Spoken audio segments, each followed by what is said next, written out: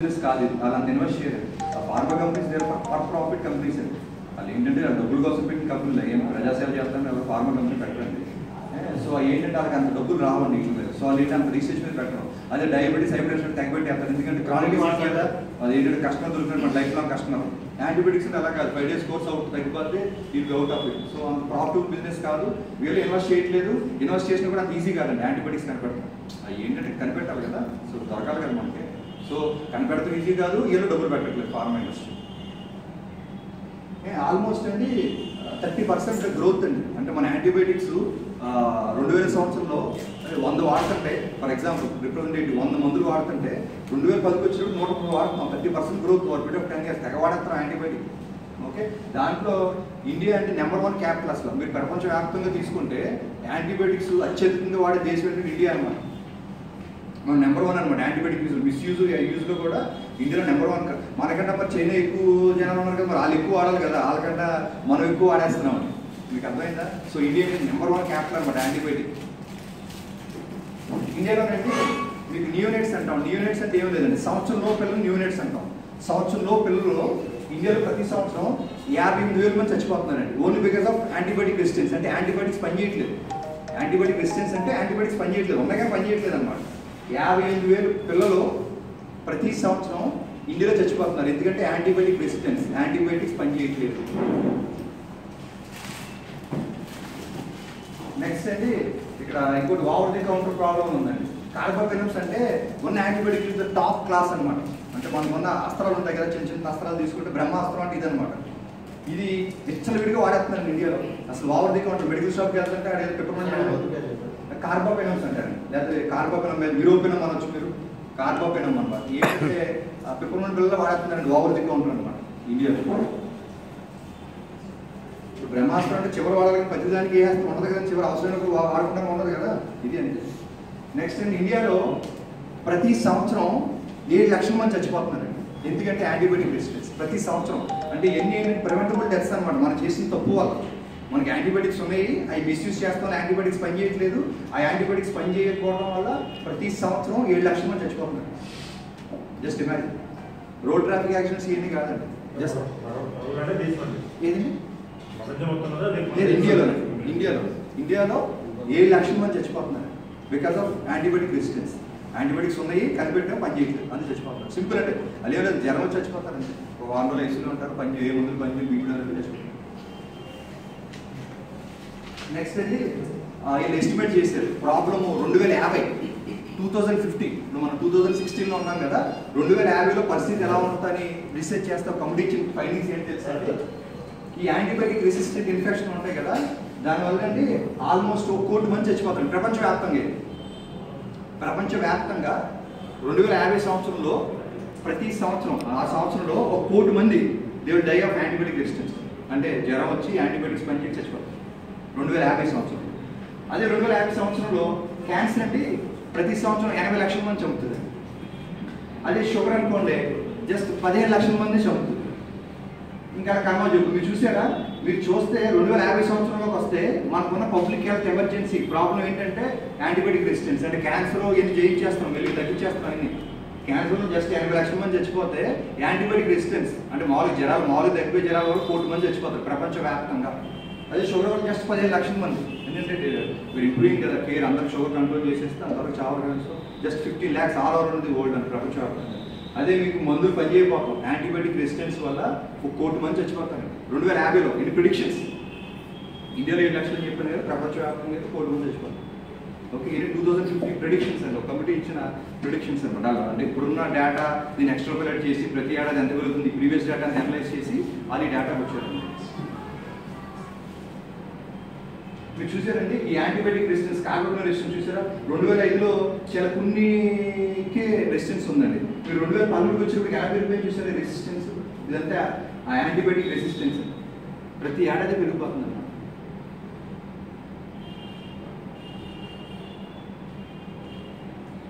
MRS అనేది దీన్ని super bug అంటాం. మీరు చూసుంటారు ఈ మధ్యన సూపర్ బగ్ వచ్చింది న్యూఢిల్లీలో చూసేమో చాలా మంది చనిపోతున్నాయి, హాస్పిటల్ మీరు చదువు ఉంటారు, సూపర్ బగ్స్ అని పేరు అని ఉంటారు. ఈ ఎంఆర్ఎస్ సూపర్ బగ్ అంటామండి. అది చూసారు 2001 నుంచి దాని రెసిస్టెన్స్ లెవెల్స్ ఎలా పెరిగిపోతుంది, 2004 వచ్చినప్పుడు ఎంత పెరిగిపోతుంది చూసారా? అంటే ఇక్కడికి వచ్చినప్పటికి దానికి కొన్ని మందులు పనిచేస్తున్నాయండి. చూసి నీకు వచ్చినప్పుడు అసలు ఏం పని చేయవు అనమాట. ఎంఆర్ఎస్ఏ లెవెల్స్ కూడా బాగా పెరిగిపోతున్నాయి. దాన్ని సూపర్ బగ్ అంటాం. లిటరల్గా ఇప్పుడున్న సూపర్ బగ్ కనుక వస్తే మందులు లేవండి. యూ హ్యావ్ టు డై అనమాట. You will die. ఇదే ఎంఆర్ఎస్ఏ కొన్ని సంవత్సరాల క్రితం 5-10 years బ్యాక్ మందులకు లొంగిపోయింది. బట్ ఆ మందులన్నీ రెసిస్టెన్స్ డెవలప్ చేసేసుకుంది.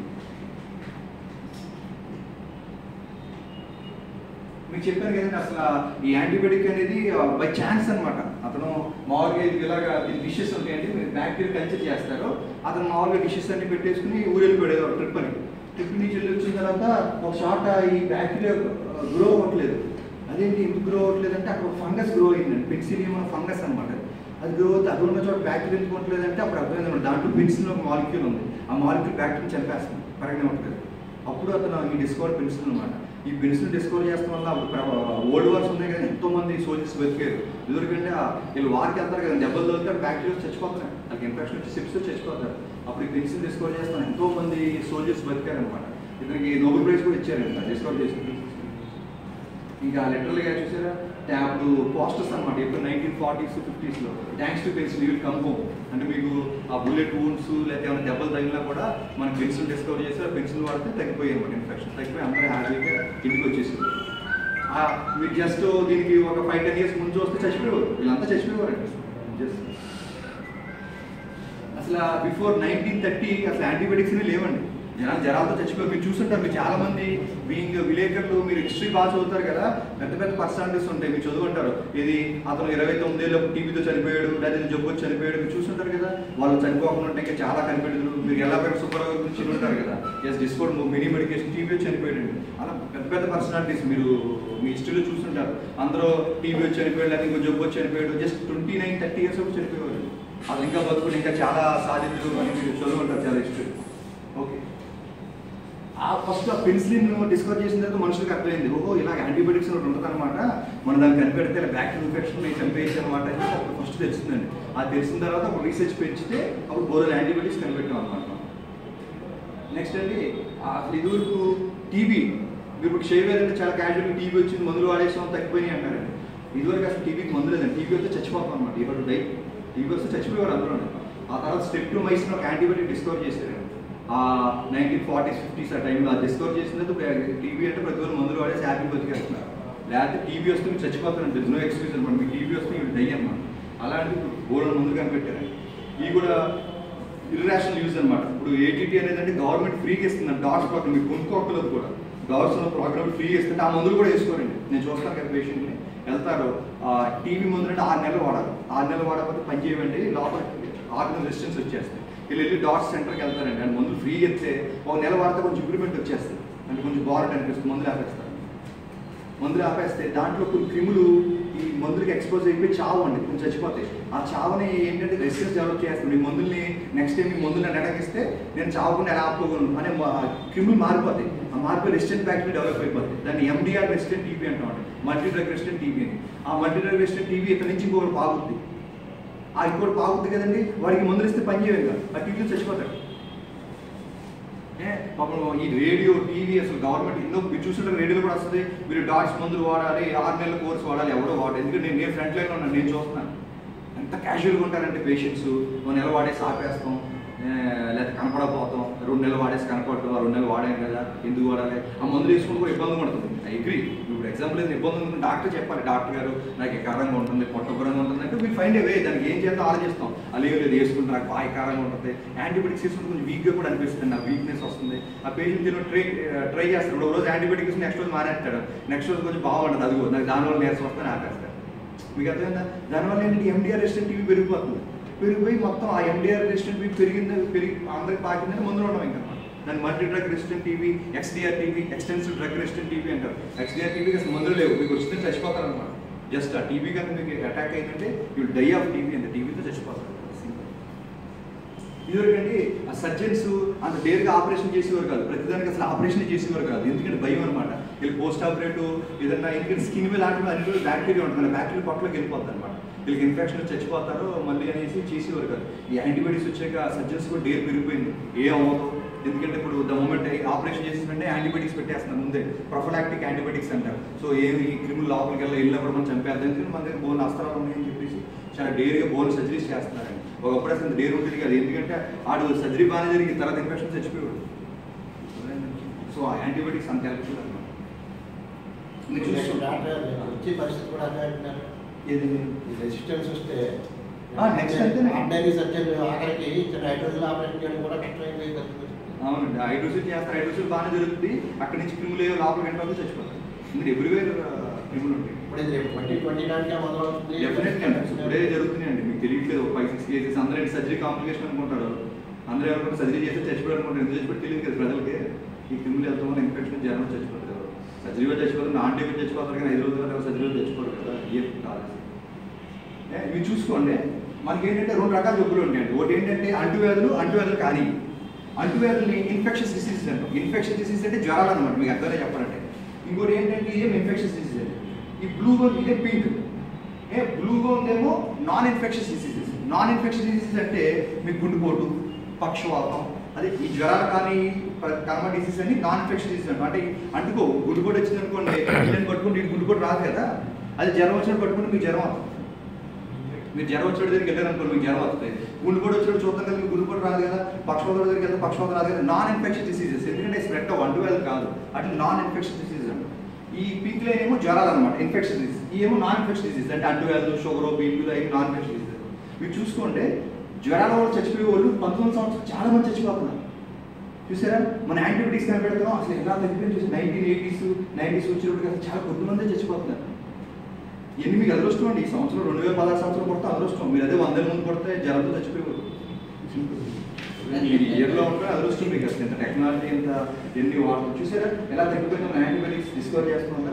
ఇప్పుడు ఈ యాంటీబయాటిక్స్ పనిచేయట్లేదు అనుకోండి, ఈ గ్రాఫ్ మళ్ళీ ఇలా పెరుగుతుంది. అంటే అంతకుముందు 19 సంవత్సరాలు ఎలా ఉన్నా ఆ స్టేజ్కి వచ్చేస్తాం. అంటే క్యాజువల్ అనమాట, మళ్ళీ ఇలా గుండెపోటు పక్షవాతం ఎలా పోతున్నారు, దాంతో కూడా బోనస్ ఫేవర్తో కూడా పోతారు. సో చూసారా, ఈ పెద్ద మనం కంట్రోల్ చేయలేకపోయాం. ఈ హార్ట్ అటాక్ అన్ని ప్రివెంట్ చేయగలం, కానీ ఒకరు వచ్చిన తర్వాత ఆప్తే పడతాం కాదండి. హార్ట్ అటాక్ రాకుండా ముందే చూసి వచ్చాక పోతాడు. ఓకే, సో మీరు అర్థమవుతుంది గ్రాఫ్లో అంతలాగా మన ఇదంటే ఓన్లీ వీ డిస్కవర్డ్ యాంటీబయాటిక్స్ అనమాట, దానివల్ల ఎంత అయ్యింది. ఫస్ట్ పేషెంట్ అండి యానీ మిల్లర్ అని చెప్పి అమెరికాలో పేషెంట్ అండి. వీడికి ఏంటంటే స్ట్రెప్టోకాకల్ ఒక బ్యాక్టీరియా ఇన్ఫెక్షన్ వచ్చిందనమాట. వచ్చేస్తే వీడికి చచ్చిపోతుందని అక్కడ ఉన్న మందులు, సల్ఫోనమైడ్స్ ఏమో మొత్తం అన్ని వాడేసారు డాక్టర్లు. ఇన్ని వాడినా ఇంకా వీడు బతకట్లేదు.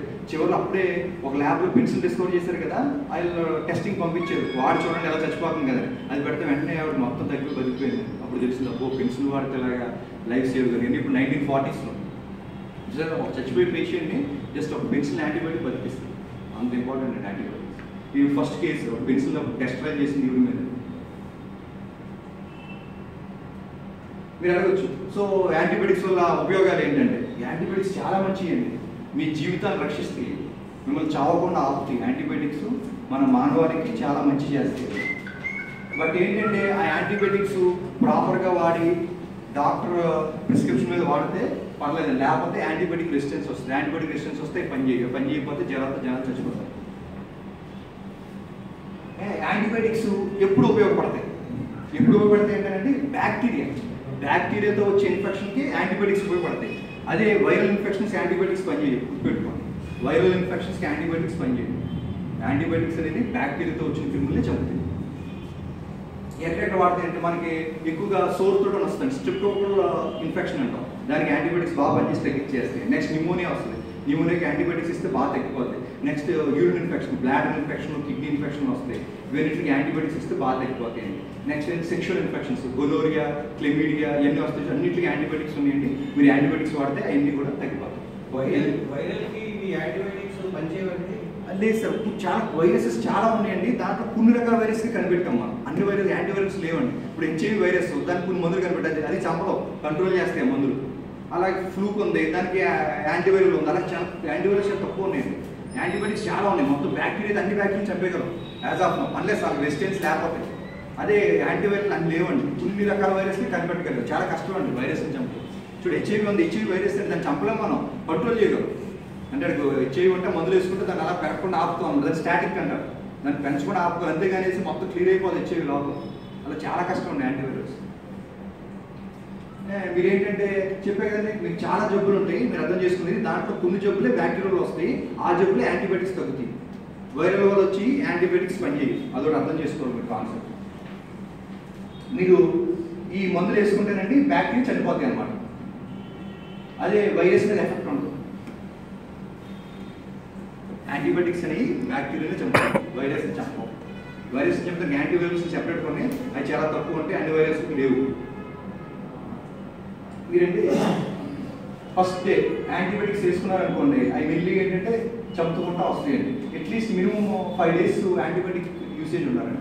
మీరు 5 రోజులు వాడితేనే మొత్తం చనిపోతాయి. మీరు కోర్స్ సరిగ్గా వాడలేదనుకోండి, దాంట్లో కొన్ని బ్యాక్టీరియలు మిగిలిపోతాయండి.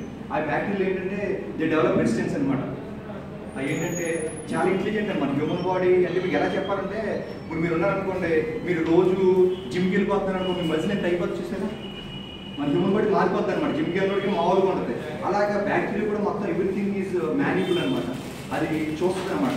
ఆ యాంటీబయాటిక్ వచ్చిన సెల్ వాళ్ళని అటాక్ చేస్తుంది, నేను దీన్ని రిసెప్టర్ మార్చేస్తే యాంటీబయాటిక్ నన్ను ఏం చేయలేదు. అలా ఇట్స్ వెరీ ఇంటెలిజెంట్, మారిపోతూ ఉంటుంది. అది ఒకటి మారిపోయింది అనుకోండి, అది మళ్ళీ పిల్లలు పెట్టేసి మొత్తం యాంటీబయాటిక్ రెసిస్టెన్స్ బ్యాక్టీరియా పెరిగిపోతుంది.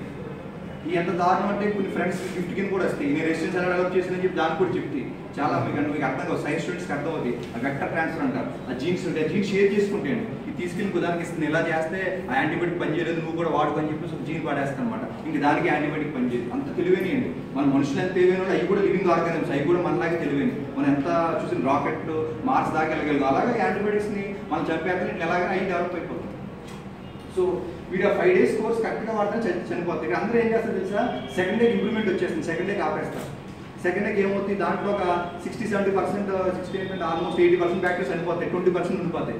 ఈ డెవలప్ అయిపోతుంది. నెక్స్ట్ టైం అడిగే యాంటీబయాటిక్ రెసిస్టెన్స్ అంతా ఆ బ్యాక్టీరియా మల్టిప్లై అయిపోతుంది. నేను మీరు అడగచ్చు, సరే ఎక్కడ యాంటీబయాటిక్స్ ఉపయోగపడవు? నెక్స్ట్ అండి కోల్డ్. మీరు చూసారు చాలా మందికి జలుబు అని వస్తుంది. మోస్ట్ ఆఫ్ ది థింగ్ జలుబు వైరస్ వల్ల వస్తుంది. ఆ కోల్డ్కి యాంటీబయాటిక్స్ పనిచేయడం. సో ఇట్స్ వేస్ట్ అనమాట. అతను ఎప్పుడు గుర్తుపెట్టుకోండి, కామన్ కోల్డ్ రెగ్యులర్ వాడే కోల్డ్ 200 వెరైటీస్ ఆఫ్ వైరస్లు ఉన్నాయి. మీకు ఒకసారి వచ్చిన వైరస్ మళ్ళీ రాదండి, ప్రతిసారి కొత్త వైరస్ వస్తుంది అనమాట. జలుబు ప్రతి ఏడా జలుబు వస్తుంది కదా, ప్రతిసారి కొత్త వైరస్ అనమాట. ఆ వైరస్ కామన్ కోల్డ్కి యాంటీబయాటిక్స్ పనిచేయవు, కానీ ఇక్కడ చాలా విడిగా వాడేస్తారనమాట. ఇంకంతా ఓవర్ ది కౌంటర్. డాక్టర్ దగ్గర కూడా రాడు, మెడికల్ షాప్కి వెళ్తే ఆడు 2 పిల్లలు ఎత్తాడు, 2 పిల్లలు వేసుకుంటే అది యాక్చువల్ వైరస్. వాడికి బాడీలో వేరే బ్యాక్టీరియా ఉంటాయి కదా, అవి ఎక్స్పోజ్ అయిపోతాయి. దాంట్లో కొన్ని చచ్చిపోయి కొన్ని మిగిలిపోతాయి. అవి యాంటీబయాటిక్ రెసిస్టెన్స్ డెవలప్ చేస్తాం. నెక్స్ట్ టైం ఏంటంటే బాడీ అంతా యాంటీబయాటిక్ రెసిస్టెన్స్ బ్యాక్టీరియా వీడి దగ్గర నుంచి మళ్ళీ అందరికీ, ఆ పిల్లలకి వైఫ్కి అందరికీ స్ప్రెడ్ అయిపోతుంది. నెక్స్ట్ ఏంటంటే ఆ మందు అది పనిచేయదు. అదే ఆ బ్యాక్టీరియా నెక్స్ట్ ఏంటంటే ఆ బ్యాక్టీరియా కూడా జబ్బు వస్తుందండి. అప్పుడు కరెక్ట్గా మందు వాడితే పనిచేయదు, ఎందుకంటే అక్కడ అనవసరంగా యాంటీబయాటిక్ 2 రోజులు ఆపేటారు అనమాట. Next flu. మీకు ఫ్లూ తెలుసు కదండి, ఫీవర్, బాడీ ఏక్స్, తుమ్ములు ఎన్ని వచ్చేస్తాయి కదా. ఫ్లూ కూడా యాంటీబయాటిక్స్ పనిచేయవండి. Flu is caused by virus. అదే కదా, ఫ్లూకి వేరే మందులు ఉంటాయి. మీరు ఫ్లూ వస్తే దయచేసి యాంటీబయాటిక్స్ వాడకండి. Next sore throat. మీకు చాలా మంది చూస్తుంటారు, ఇప్పుడు అందరికీ గొంతుకి ఇన్ఫెక్షన్ వచ్చేస్తున్నాడు. గొంతుకి ఇన్ఫెక్షన్లో most common cause is virus అని. చాలా కొద్ది ఇన్ఫెక్షన్ మాత్రమే స్ట్రెప్టోకోకస్ బ్యాక్టీరియా కాజ్ చేస్తుంది. డాక్టర్ విల్ డిసైడ్ అనమాట, ఇదేంటి స్ట్రెప్టోకోకస్ లేకపోతే ఇట్ ఇస్ వైరస్ అని. మీరు క్యాజువల్గా గొంతుకి ఇన్ఫెక్షన్ వచ్చేసి జ్వరం వచ్చేసింది మందులు మింగకూడదు. ఓకే, మీ డాక్టర్ కనుక స్ట్రెప్టోకోకస్ అని డౌట్ వస్తే అప్పుడు యాంటీబయాటిక్స్ మీద పెడతారు, లేకపోతే యాంటీబయాటిక్స్ వాడాల్సిన అవసరం లేదు అసలు. Next sinusitis. ఇది కూడా చాలా మందికి ఉంటుంది. ప్రతి ఊరికి నాకు సైనసైటిస్ వచ్చేసింది, వెళ్తాం మెడికల్ షాప్కి వెళ్తాం, 4 మందులు వేసేసుకుంటాం. ఓకే, దిస్ ఇస్ అందరూ బిగ్ ప్రాబ్లమ్ అనమాట. అర్థమైందా? సైనసైటిస్ కూడా మోస్ట్ ఇన్ఫెక్షన్స్ ఇస్ కాదు వైరస్. మీరు ఏం వాడకపోయినా కూడా వెళ్ళింది వస్తుంది. ఓకే, సో వాటికి యాంటీబయాటిక్స్ వాడకూడదు. నెక్స్ట్ బ్రాంకైటిస్ అంటాం. మీరు చాలా మందికి జ్వరం వచ్చి దగ్గు వస్తూ ఉంటారు, తెగ దగ్గేస్తూ ఉంటారు అనమాట. దాన్ని బ్రాంకైటిస్ అంటాం. బ్రాంకైటిస్ కూడా most common thing is virus అండి. సో వాటికి యాంటీబయాటిక్స్ అవసరం లేదు. అండ్ దాంట్లో చాలా కొద్దిగా మాత్రం బ్యాక్టీరియా వస్తుంది, అది doctor will decide whether to start antibiotic or whether not to start. ఏంటంటే మిస్యూజ్ అండి. అసలు నేను ఫస్ట్ ఇయర్కి వచ్చిన వెంటనే నేను స్టార్ట్ మై ప్రాక్టీస్, నాకు చాలా జ్వరం కేసులు వచ్చేయండి. వస్తే నేను యాంటీబయాటిక్ పెట్టేవాడు కాదు, ఓన్లీ పారాసిటమాల్ పంపించేసేవాడు. వాళ్ళు వచ్చిన తిట్టివారు నెట్లో. నాకు అర్థమైంది కదా ఏంటిలో అనేసి. ఏం డాక్టర్ గారు మీరు యాంటీబయాటిక్ పెట్టలేదంట, నా తగ్గపోతే 6 వాడు పెట్టాడు, నీ దగ్గర కొత్త అనవసరం అన్నట్టు మాట్లాడేవారండి. నా దగ్గర కొట్టేసినట్టు. ఇంకేంటంటే వీఆర్ ఫోర్స్ టు రైట్ అనమాట. అట్లా కదా చూసిన నా ఓన్ ఎక్స్పీరియన్స్ చెప్తున్నాను. మీరు ఫస్ట్ వస్తే మీకు అవసరం లేదమ్మా అని జస్ట్ పారాసిటమాల్ అంటే 15 రూపాయల మందులండి. 10 రోజుల మందు ప్రాసెస్ చేస్తే వచ్చి తిరుపన్నాను. ఎలా మేము మారిపోతాం కదా, నాకే నేను తప్పు చేసినట్టు. ఏం డాక్టర్ గారు నేను చదువుకున్నాను, మీ దగ్గరికి వస్తే మీరు ఎలా చేశారు, మా ఆర్ఎంపీ రాశారండి. వీళ్ళు ఏం చేస్తారంటే అసలు ఇంకా డాక్టర్ నమ్మకం లేదు, ఇచ్చారనుకో డౌటర్స్ వచ్చి నన్ను అడగొచ్చు కదా, నేను ఎక్స్ప్లెయిన్ చేస్తాను కదా, వీళ్ళు ఆర్మీ చూపిస్తారు, ఏంటి యాంటీబయాటిక్ లేదు అనేసి రాసేస్తారు. ఆ బిజినెస్ కదా, మరి యాంటీబయాటిక్ అమ్ముకోవచ్చు కదా, లేదా మెడికల్ షాప్కి వెళ్ళి చూపిస్తారు, యాంటీబయాటిక్ లేదు, యాంటీబయాటిక్ ఇచ్చేస్తారు. That is what we decide, that is what we are train, MDs are train in that antibiotics వాడాలా వద్దా దానికి ఏంటి అని చెప్పి ఇలా ఫోర్స్ అనమాట. ఇంక వచ్చి తిడతాం అనమాట. ఎట్లా నాకు 1-2 months పట్టింది అప్పు జనాల మెంటాలిటీ ఎలా ఉంటుందని. కొన్ని ఇన్ఫెక్షన్స్ వర్సన్ అవుతాయండి. అంటే మీరు వాడకపోయినా ఫస్ట్ జ్వరంతో వస్తారు, 5 రోజులు ఐసీయూకి చచ్చిపోవచ్చు. మనం ఏంటంటే ఇది వైరల్ పెట్టాడు, వైరస్తో చచ్చిపోవచ్చు. అది కూడా మీరు యాంటీబయాటిక్ పెట్టలేదు, పేషెంట్ చచ్చిపోవచ్చు. మీరు ఎలా బ్లేమ్ తీసుకుంటారు?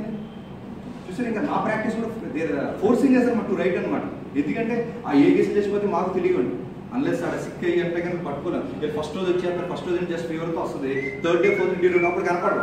4th day అంటే మొత్తం అన్కాన్షియస్ పడిపోతాం జరుగుతుంది. అప్పుడు రాడిపోతే ఎక్కడికో పోతాడు అనమాట. వేరే చోట వెళ్ళి ఐసీయూ అడ్మిషన్ డెత్ చచ్చిపోతాడు. సో మనం ఓన్లీ పారాసిటమాల్ పెడతాం కదా ఫస్ట్, అది డాక్టర్ గారు యాంటీబయాటిక్ పెట్టలేదు, అది వైరస్ వల్ల చచ్చిపోవచ్చు. అదేవిధంగా మీరు ప్రూవ్ చేస్తాను కానీ చాలా టెస్ట్ ఉంది, బట్ చాలా కాస్ట్లీ అనమాట. అన్ని టెస్ట్ చేయలేము. యాక్చువల్ డెంగ్యూ టెస్ట్ ఉంటుందండి, 4,000 తెలిసేదో ప్రూవ్ చేయండి. 4,000 కదా డెంగ్యూ వైద్యం అవ్వవచ్చు. మీరు చెప్తున్నా టెస్ట్లు ఉన్నాయి, but we can't do for every one, ఎందుకంటే చాలా కాస్ట్లీ ఆ టెస్ట్లు. సో ఏంటంటే వీళ్ళంతా ఫోర్సింగ్ టు యూజ్ యాంటీబయాటిక్స్ అనమాట. లేదా బ్లేమ్ చేస్తారు, అది మీరు ఇవ్వలేదు అందుకే తగ్గలేదు మాకు, లేదా పొరపాటు నాడు తగ్గకుండా ఐసీయూకి వెళ్ళిన 1,00,000 రూపాయలు అవుతుంది, అది కూడా మీరు యాంటీబయాటిక్ పెట్టలేదండి, మీరు పెట్టకపోవడం వచ్చేసిందంటే నాకు కూడా ఐసీయూలో 1,00,000 రూపాయలు అయింది నాకు అంటే. దే ఫోర్సింగ్ అనమాట టు యూజ్ యాంటీబయాటిక్స్. ఎందుకంటే దే డోంట్ నో ఎన్ని రెండు ఎడ్యుకేషన్ లెవెల్స్ తక్కువ. అదే మీరు ప్రెస్కి ఎంత పవర్ఫుల్ అంటేనండి, మీరు ఎన్ని ఒక్కసారి మీరు ఒక ఆర్టికల్ రాస్తే 1,00,000 మంది చదువుతారు, ఎంతమంది ఎడ్యుకేట్ అవుతారండి. వాళ్ళు అడుగుతారు డాక్టర్ గారు నాకు యాంటీబయాటిక్ అవసరం అని అడుగుతారు. అంటే మాకు కాన్ఫిడెన్స్ వస్తుంది, ఈ పేషెంట్ కొంచెం ఎడ్యుకేషన్ ఉందని మీకు అవసరం లేదు, వెయిట్ చేద్దాం అని చెప్పేసి వీ కెన్ వెయిట్ అనమాట. అసలు ఎడ్యుకేషన్ లెవెల్స్ లేవు. మీరు ఇప్పుడు చెప్పే టాపిక్ చాలా ఇంపార్టెంట్, ఎందుకంటే మీరు మీ ఫ్యూచర్ జనరేషన్ మీ పిల్లలకి మనవాళ్ళకి ఎంతమంది ఉపయోగపడతారు. మీరు నేను చూసిన కదండి, మీరు ఇక్కడ లోకల్ పత్రికలు అండి నేను చాలా బాగా రాస్తానండి. ఈ వైరల్ ఇన్ఫెక్షన్స్ అండి, వైరల్ ఇన్ఫెక్షన్స్కి మందులు పనిచేయండి. సో యాంటీబయాటిక్స్ పనిచేయవు. సో మీకు కోల్డ్ వచ్చినా, ఫ్లూ వచ్చినా, మీకు సోర్ థ్రోట్స్ వచ్చినా ఇవన్నీ ఏంటంటే యాంటీబయాటిక్స్ అవసరం లేదు. దయచేసి మీరు అడగచ్చు డాక్టర్ గారు ఇది వైరల్ ఇన్ఫెక్షనా, సో నేను వాడచ్చు అని చెప్పి మీకు ఆస్తి. ఇంకోటండి, కొంతమందికి కామన్ కోల్డ్ వస్తుంది, అతను మెడికల్ షాప్కి వెళ్ళిపోయి ఈథ్రోమైసిన్ వేసేసుకుంటాడు యాంటీబయాటిక్, అది తగ్గిపోతే మెమరీ అనమాట. అదిగో నాకు కోల్డ్ వచ్చింది, నేను ఈథ్రోమైసిన్ వాడాను, మొత్తం తగ్గిపోయింది అనుకుంటాడు. అది వైరస్ అండి. మీరు ఈథ్రోమైసిన్ వాడకపోయినా ఆ వైరస్ తగ్గిపోతాం 5 days. సో మీరు ఫాల్స్ అసోసియేషన్ అనమాట. అమ్మో నాకు మళ్ళీ కోల్డ్ వచ్చేసింది, మళ్ళీ పరిగెట్టేస్తుంది. ఎందుకంటే నేను అప్పుడు వేసుకున్నాను, నేను ఈథ్రోమైసిన్ వాడాను, యాంటీబయాటిక్ వాడాను, తగ్గిపోయింది. బట్ యాంటీబయాటిక్ కూడా కాదు. సో మీరు అలాగా లేదా మీరు వైరస్ అంటున్నారో నా మందులు వాడారో తగ్గిపోయిందని అలాగే ఫాల్స్ అసోసియేషన్ పెట్టుకోవద్దు. You can't decide. నెక్స్ట్ అండి, యాంటీబయాటిక్స్ ఏముందండి, వైరస్ అయినా అవునండి, యాంటీబయాటిక్స్ వాడితే నాకు ప్రాబ్లం ఉంది, నాకు ఇష్యూ ఉందని మీరు అడగచ్చు అండి. యాంటీబయాటిక్స్ వల్ల అండి మీకు వికారం రావచ్చు, వాంతులు అవ్వచ్చు, విరోచనాలు అవ్వచ్చు. యాంటీబయాటిక్స్ వల్ల మీకు సైడ్ ఎఫెక్ట్స్ కూడా ఉంటాయండి. యాంటీబయాటిక్స్ అండి బ్యాక్టీరియన్ కంట్రోల్ చేస్తాయి కదా, బ్యాక్టీరియన్ కంట్రోల్ చేస్తే మన చుట్టుపక్కల ఫంగస్ కూడా ఉంటుంది, ఫంగస్ ఓవర్ గ్రోత్ అయిపోతుంది, మీకు ఫంగల్ ఇన్ఫెక్షన్స్ ఎక్కువ. ఈ లేడీస్కి ఎక్కువ యాంటీబయాటిక్స్ వాడితే ఈస్ట్ ఇన్ఫెక్షన్స్ అనమాట, క్యాండిడేట్స్ వచ్చేస్తాయి. ఎందుకంటే యాంటీబయాటిక్స్ క్యాండిడేట్స్ పనిచేయవు. ఈ బ్యాక్టీరియన్ ఉంటే ఆ ఫంగస్ ఆపుతాయి అనమాట. మేము ఉన్నాము, మీరు ఆగండి, అట్లా పెరగలేకుండా ఆపుతాయి. మనం ఈ ఉపయోగపడే బ్యాక్టీరియన్ కూడా చంపేస్తాం యాంటీబయాటిక్స్ వేసుకుని. ఈ యాంటీబయాటిక్స్ ఎక్కువ వేసుకున్న వాళ్ళకి ఫంగల్ ఇన్ఫెక్షన్స్ ఎక్కువ. నెక్స్ట్ యాంటీబయాటిక్ ఎలర్జీస్ చాలా కామన్ అండి.